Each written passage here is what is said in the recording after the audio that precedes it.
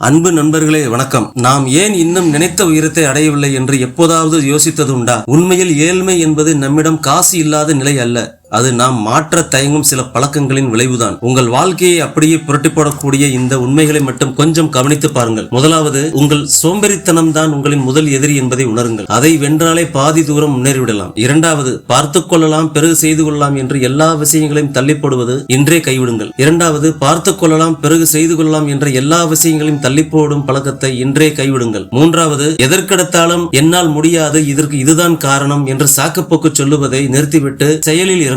நான்காவது, பொன்னான நேரத்தை சும்மா அமர்ந்து வீணாக்காமல் அதை ஏதேனும் ஒரு பயனுள்ள செயலில் முதலீடு செய்ய பழகுங்கள். ஐந்தாவது, கற்றலை எப்போது நிறுத்தி விடாதீர்கள். அதாவது எதையும் கத்துக்கிறது நிறுத்தவே கூடாது. நம்மளுக்கு வயசாயிருச்சு, நம்ம படிக்கல அப்படின்னு ஏதாவது ஒரு காரணம் சொல்லிட்டு நீங்களாவே உங்களை குறைச்சு இட போடாதீங்க. தினமும் ஏதாவது ஒரு புதிய விஷயத்தை கற்றுக்கொள்வதுதான் உங்கள் மதிப்பை உயர்த்தும். ஆறாவது, எதை நோக்கி பயணிக்கிறோம் என்ற தெளிவான இலக்கு இல்லாமல் ஓடுவதை தவிர்த்து ஒரு சரியான திட்டமிடலை வகுத்துக் கொள்ளுங்கள். நம்ம ஒரு ஊருக்கு போறோம்னா அந்த ஊர் பஸ்ல தான் ஏறணும். எங்க போறோம் தெரியாம ஏதாவது ஒரு பஸ்ல ஏறி வந்தா நம்ம எப்படி போய் சேர முடியும்? அப்படித்தான் நம்ம வாழ்க்கையும். ஏழாவது, பாதுகாப்பான வட்டத்தில் முடங்கி விடாமல், அதாவது சுகமான இடத்துல அப்படி சாப்பாடு கிடைச்சா போதும் தூங்கிக்கலாம் சாப்பிட்டுக்கலாம் அப்படி முடங்கிடக்கூடாது. கொஞ்சம் துணிச்சலோட புதிய முயற்சிகளையும் சவால்களையும் எதிர்கொள்ளுங்கள். எட்டாவது, எவ்வளவு சம்பாதிச்சாலும் அதுல பாதியை எடுத்து வச்சிடணும். மிச்ச பாதியைத்தான் நம்ம சொந்த உபயோகத்துக்கு பயன்படுத்தணும், முதலீடு செஞ்சிடணும். அதுதான் நம்ம வறுமையிலிருந்து காப்பாற்றும். ஒன்பதாவது, காலத்திற்கு ஏற்ப உங்கள் திறமைகளை மெருகேற்றிக் கொண்டே இருங்கள். அப்போதுதான் வாய்ப்புகள் உங்களை தேடி வரும். பத்தாவது, கடைசியா இன்னும் எத்தனையோ இருக்கு,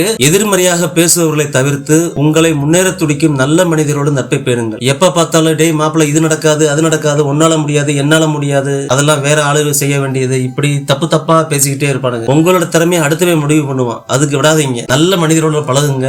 எப்பயும் பிஸியா இருக்கிறவங்க கூட பழகுறதுக்கு முயற்சி பண்ணுங்க. கெட்ட பழக்கங்களை விடுங்க, சோம்பேறித்தனத்தை விடுங்க. தானா எல்லாமே நடக்கும். முக்கியமானது என்னவென்றால் எந்த ஒரு காரியத்தையும் பாதியில் விடாமல் வெற்றி கிடைக்கும் வரை விடாமுயற்சியோடு தொடர்வது மட்டுமே உங்களை சிகரத்தில் அமர வைக்கும். இந்த சிறிய மாற்றங்கள் உங்கள் வாழ்வில் மிகப்பெரிய பொருளாதார சுதந்திரத்தை கொண்டு வரும் என்பது உறுதி. இது போன்ற பயனுள்ள வாழ்வியல் குறிப்புகளை தொடர்ந்து பெற மறக்காமல் நமது சேனலை சப்ஸ்கிரைப் செய்யுங்கள் நண்பர்களே. வணக்கம்.